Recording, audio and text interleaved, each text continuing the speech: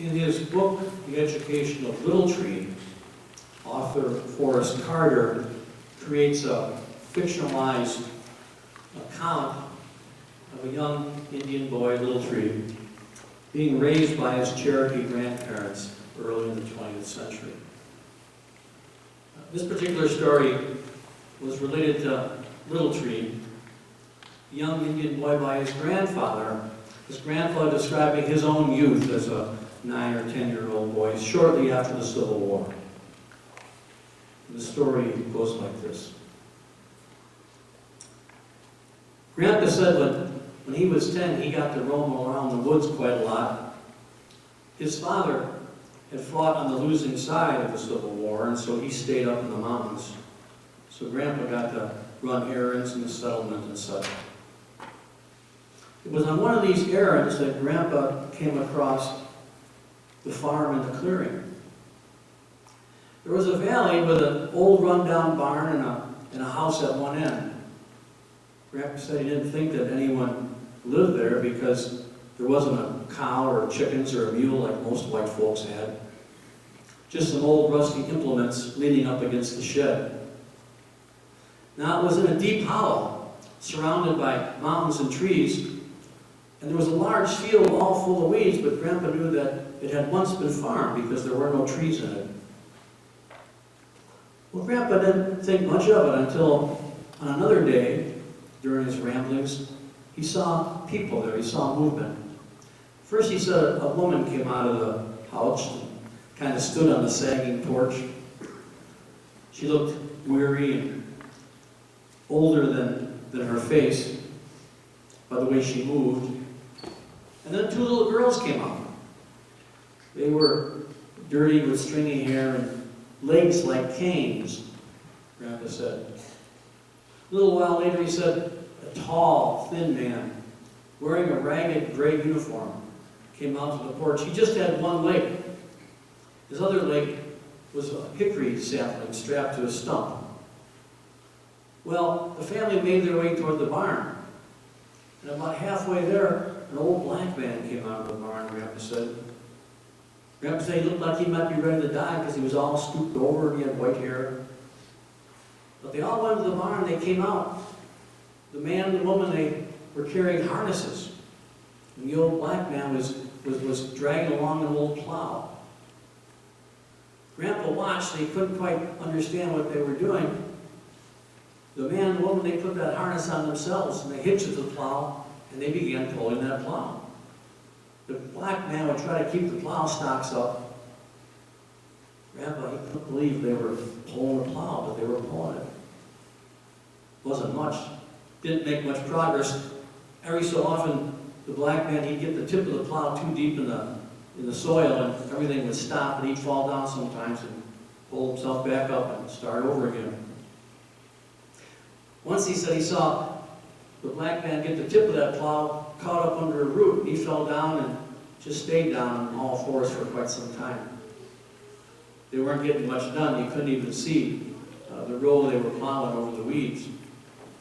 And then Grandpa noticed something else. There was a patrol of Union soldiers at the edge of the clearing back amongst the trees. They were led by a large man with yellow stripes on his uniform. Grandpa, he ducked back into the woods, not wanting to be seen. The next day, Grandpa went to check up on the family again. They were still plowing, not making much progress. And then he saw the Union soldier. Just one of them this time, the one with the yellow stripes on his sleeve. Grandpa, he figured those Union soldiers were up to no good. So he determined that night that he would warn the family. All night he thought about how he would do it. The next day, he got there. He was shy of people, so it took him a while to sort of come up with a plan. But he finally thought he'd run out in the clearing, yell to the family what was happening, where the soldiers would be, and then run back. But it was too late. The Union soldier was there already. Grandpa could see him coming to the woods. There was 2 of them. But when they got closer, he saw that it was not 2 riders. There was the Union soldier with the stripes on his sleeves, and he was driving a mule toward the field. At the edge there of the clearing, he strapped the mule, and the mule trotted out across the field. Now the woman pulling that plow, she was the first one to see the mule. She dropped her harness. She said, "My God, it's a mule. The good Lord, He sent us a mule." And they all dropped their harness. And the old black man, he dropped the plow, and they started chasing that mule. The tall man with a stumped leg, he stumped along and fall down every 3 or 4 steps, but they all were at it, chasing that mule. The mule panicked and ran toward Grandpa in the weeds. Grandpa jumped up and then ducked back down so no one would see him. But the mule saw him and turned around and went the other way. Across the field, the Union sergeant circled around, scared the mule back toward the family. The mule finally turned and ran right back through the middle of those folks, and as he passed, the woman grabbed him by the tail. And the mule dragged her and tore at her dress, but she hung on to that mule's tail. When he came by the old black man, he threw his arms around the mule's neck. And the mule tossed him this way and that way, but he did not let go.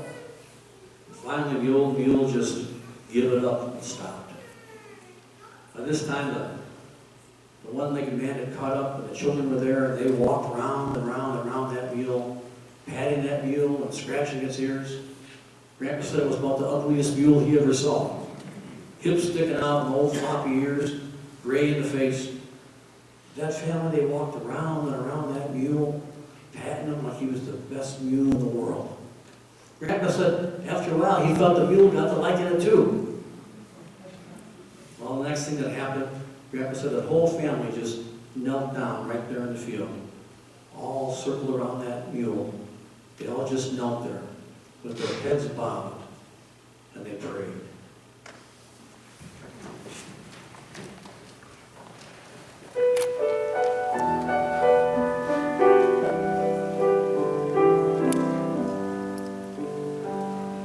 He's coming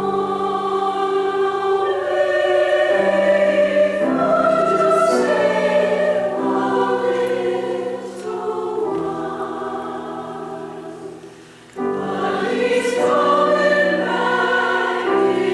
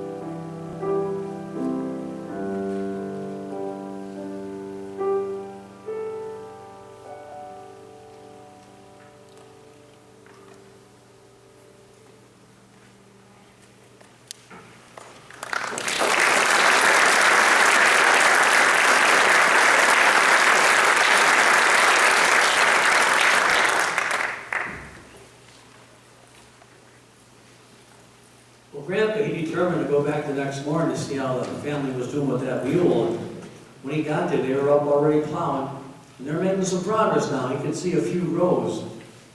And then Grandpa said he saw the Union soldier again. He was on his horse now, alone, standing at the edge of the clearing, and he had a white sack. And as Grandpa watched, he dropped it onto the ground. It was seed corn. The tall man in the gray uniform, the one-legged man, he saw the sergeant too. He kind of half raised his hand as if he wasn't sure if he should wave or not. And the sergeant did the same.